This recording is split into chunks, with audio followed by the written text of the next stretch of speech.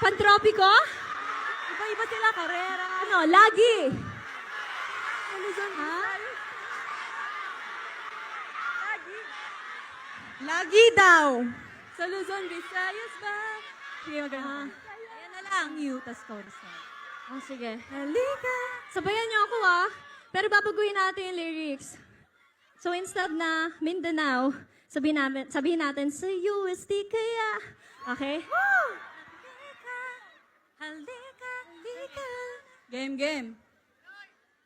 5, 6, 7, go. Halika, tara na, saan mo ba gustong pumunta? Sa Luzon, Visayas ba? Sa USD kaya? Walang problemang iisipin pa kung ikaw naman ang laging makakasama. Lagi nang umaawit mula kusina hanggang sa sala. Lagi nang napapasabi, mahal kita mula umaga Hanggang sa Espanya. hanggang gabi. At bago matulog ng mahimbing, naiisip kita lagi-lagi. Everybody!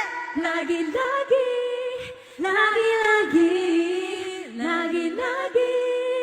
Yes! Thank you so much! USD, thank you so much po. Napakalaking bagay po na mag-perform po ulit sa harap nyo this year.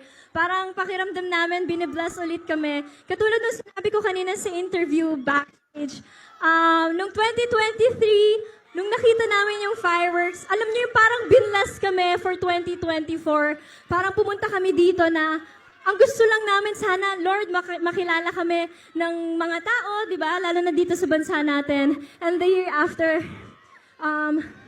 alam mo yun, powerful ang prayers. And now, Lord, humihingi kami, binabato namin sa universe na next year, maging successful po ang aming Coachella. Kasama ng mga Thumasians natin.